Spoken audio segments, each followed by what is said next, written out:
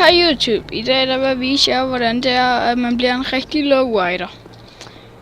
Okay, altså en slags gangster. Så, ja. Det første I skal gøre, det er, I skal gå ind, eller I skal trykke på pil op, tryk på pil ned, tryk på internet. Og så skal I lige, hvis der er en, der ringer til os, lige lukke ham. Okay. Og så skal I trykke på Travel and Transport, altså Benny's Original Motorworks, and so, og så Stock. Og så skal I bare vælge en bil. Ja, vi tager den her. Og så skal I vælge en farve, bla bla. Ja, vi tager den der. Og så skal I bare trykke på den her. Når I så har det, så skal I vente sådan 5 minutter. Eller 2 eller sådan noget. Og så skal I ind i jeres garage og hente den.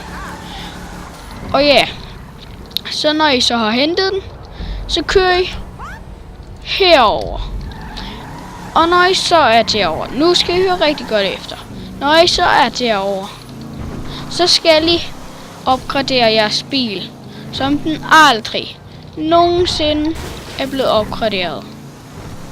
Så I skal tune den og opgradere den og sætte brakes og alt det der på den.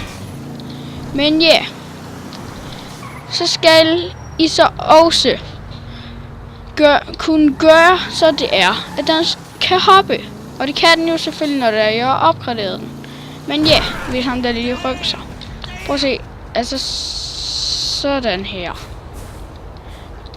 Det behøver ikke at være særlig højt. Men det kan jo blive højere og højere og højere og højere, højere og højere.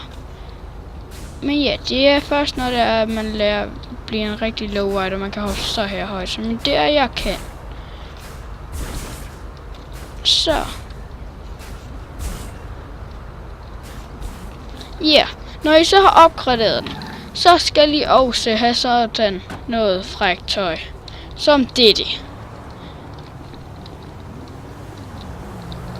Det er rigtig frækt det her.